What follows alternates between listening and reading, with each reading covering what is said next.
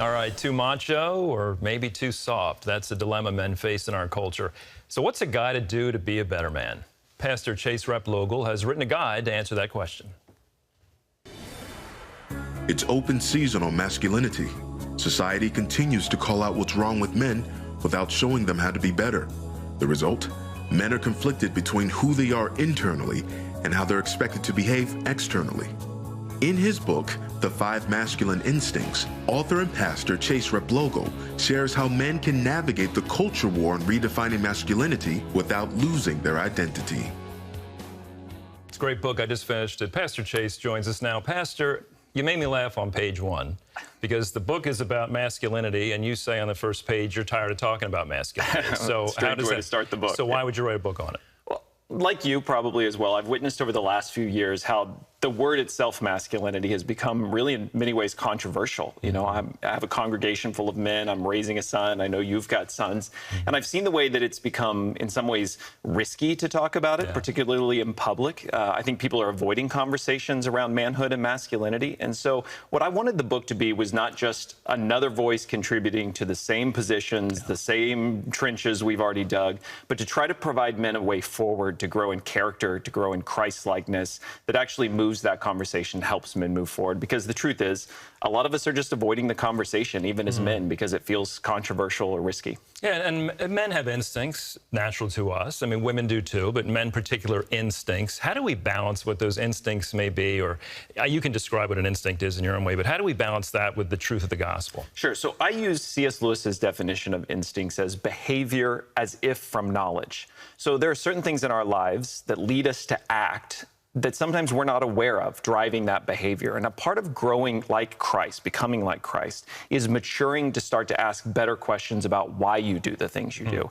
It's not just enough to say, why do I sin in this particular way? But what's motivating that? And so really the conversation around instincts is a question about what as men is driving us towards the behavior. Sometimes good things that get out of control, we lose perspective on, that can actually lead us to really destructive places. You know, Jesus talked about meekness. And that's something I don't think anybody wants, because meek sounds like weak. So when we read that we are to be meek, or it's an admirable trait to have, people, I don't know if people are really interested in it. Your book took on meekness in a form I've never seen. Talk about that. Yeah, well, it is. We're in a political season, and you will certainly see no politician with meekness on their yard signs. It's not a quality that we want for ourselves.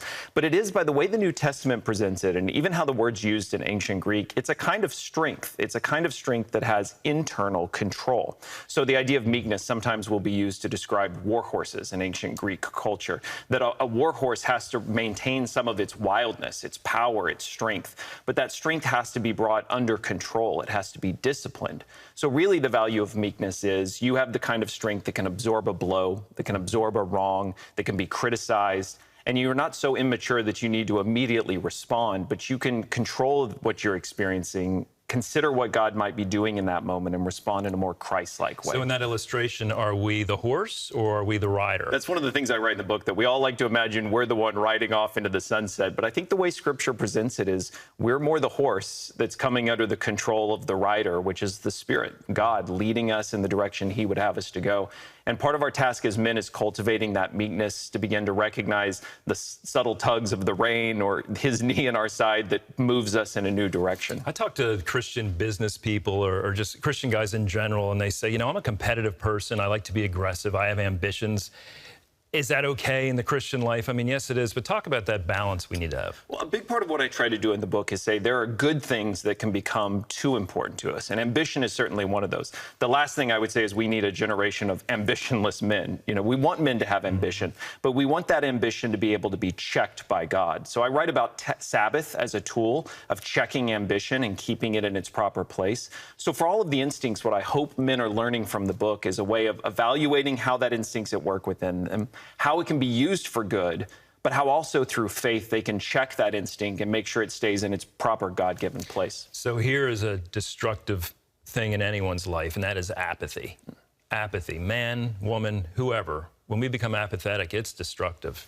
I write about the character of Abraham with apathy, and that I think one of Abraham's most dangerous moments is the end of chapter 21 of Genesis, where everything seems to have finally happened for him. He's settled in peace. He signed peace treaties. Isaac is finally there. It seems like his sort of retirement days.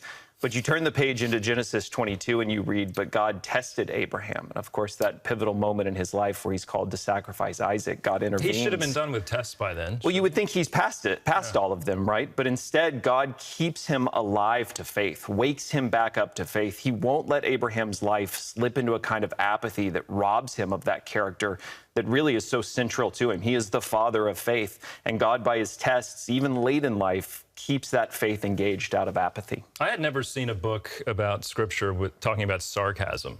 How does that fit into this? So I do. One of the instincts that I cover in the book is sarcasm with the story of Cain. You might remember his reference to God, am I my brother's keeper? This moment, he knows exactly where his brother is. He's murdered him. And so one of the things men can, particularly young men, can struggle with is to take things seriously. Everything's a joke. We use sarcasm and humor as a way of ridding ourselves of responsibility. And again, it's one of these instincts that can actually be driving dangerous, destructive behavior if we're not aware that it's going on. A lot of men have masks on, and we're more concerned about a reputation than anything. Is there a problem with that? I use David to talk about reputation. Again, reputation can be a really good thing, and the Bible encourages us to have a good reputation. It's one of the qualifications for leadership.